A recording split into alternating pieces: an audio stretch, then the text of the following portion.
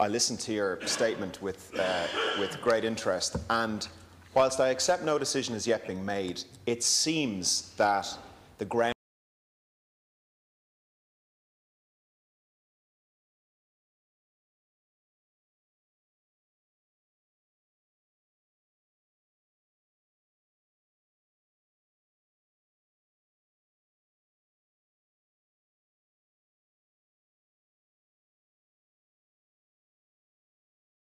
is being seen in your own statement.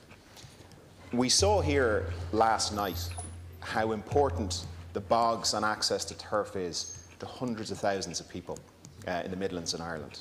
Now, you're a Wexford man. You know Wicklow very well. You drive up and down the N11, I'm sure, several times a week. Before it even existed? Before it existed. Minister, I grew up walking in those forests.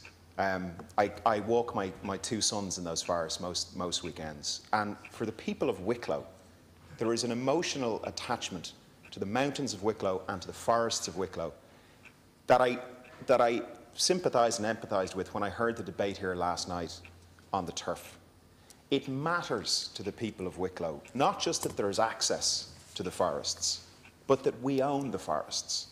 To the people of Wicklow, we don't differentiate between, well, there's the land and there's the trees, and we own the land, we don't own the trees, they're owned by a logging company. It matters. Now, you may frown, and that may not mean anything to you, you may not feel that, but I can assure you, as someone who grew up in Wicklow, and based on the people who are coming to me from all over Wicklow to ask about this, it really does matter to us that we own it. I've met the Coillte management team, as I'm sure you have. They seem to be doing a very good job. There seem to be very important synergies between the various parts of what they're trying to do.